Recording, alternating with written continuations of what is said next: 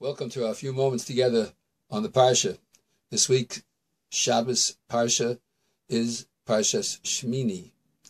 Parshas Shemini has in it the unfortunate passing of the two child priests, Nadav and Avihu, the Kohanim, which marred the beautiful day of celebration of the setting up of the Mishkan. That's not what I'd like to talk about tonight, although I'd like to reference it in a short way.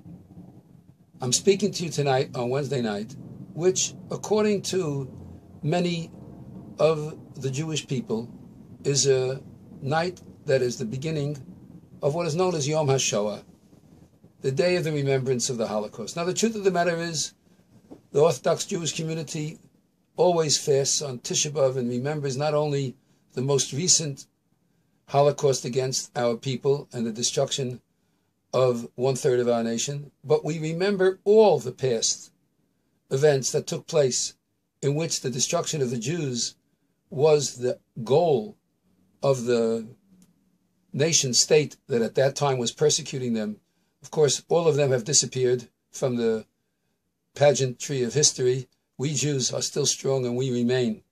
One of the cornerstones of Klal Yisrael is the food we eat, and it's also mentioned in this week's Sedra. And the juxtaposition of the two, as we spoke about last year, has a very strong connection. I'd like to focus on one particular aspect of which birds we can eat that are permitted by the Torah as kosher food. Now, the Torah gives signs for kosher mammals, the split hooves, the chewing of cud. It also gives signs for kosher fish, fins and scales. When it comes to the birds, it doesn't give any signs. It just mentions which ones are and which ones are not acceptable. Actually, it more mentions the ones that are not acceptable.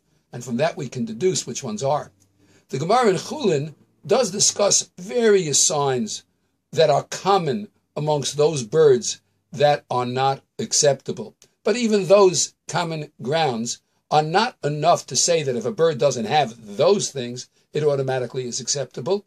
We have to know from a tradition, from a source, which ones are in fact acceptable to eat. That's why there was a tremendous controversy about the turkey, where there seemingly was no Masorah tradition about whether or not it was acceptable. Of course, we paskin today that it is acceptable to the Ashkenazi community, certainly, and here in the United States, it is acceptable. I'd like to focus, however, on the fact that the Ramban mentions that he exclaims that the reason why the birds that are not kosher are not acceptable is because they all have one outstanding trait, and that is dores.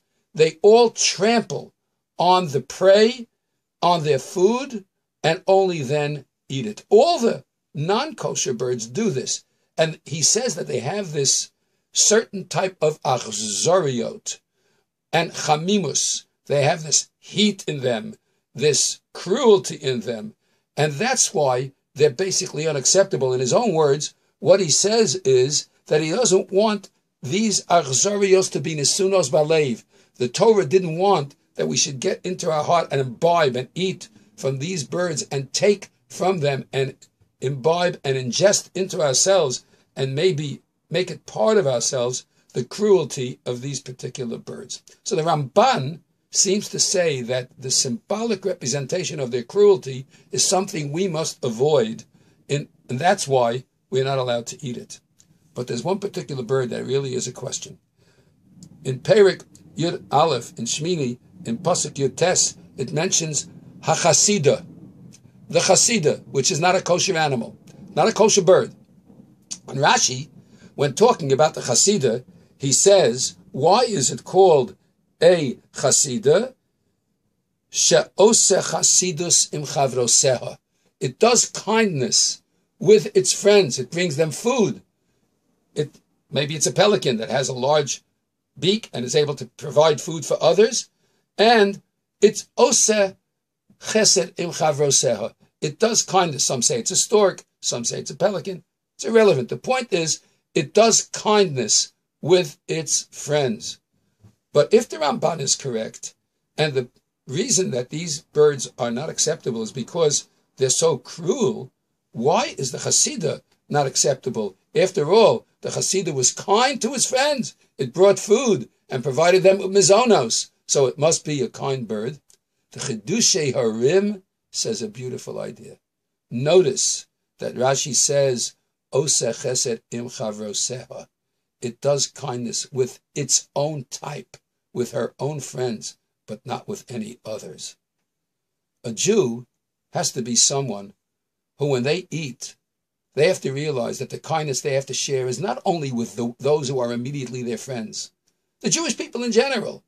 But it says, V'ahavta l're'echa kamocha, love your neighbor as yourself. It's only the one who is exactly like you? No, not at all. It's got to be all Jews. All Jews. All Jews are one. We're all united. We're all together. We have to love each and every Jew, even if they're not exactly the same as us in dress, perhaps even the same of us in minhag or other outward observances, but they are Shomer Torah mitzvahs, and even the Jews who are not observant, they are Jews. And the love that one Jew needs for another has to extend itself to all our Jewish brothers and sisters, especially to the soldiers in Eretz Yisrael, to the Jews who protect us, to the ones who are on the front lines, to the ones who give up so much of their lives for the sake of our own safety and betterment. We have to love each and every one, all of them. We can't imbibe and eat the Hasidah because it's only good to its own friends. I talked about Yom HaShoah before. Yom HaShoah is a reminder that we Jews need to stick together. It's only us. The destruction of Nadav and Avihu's children was a Shoah for him. It was a destruction for him. His response, Vayidom Aaron. He was absolutely silent. We don't have an understanding. There's nothing I could say that's going to make this palatable. But one thing we do know, we need to love each other. We need to be concerned about each other. And we have to demonstrate that the food we eat, the things we ingest, can't have the slightest ideology that in any way is filled with cruelty. We have to be friends and be concerned to each and every one of Klal Yisrael. That is the Jewish way. That's the Torah way. And that's one of the lessons of Parshas Shemini. Have a wonderful Shabbos.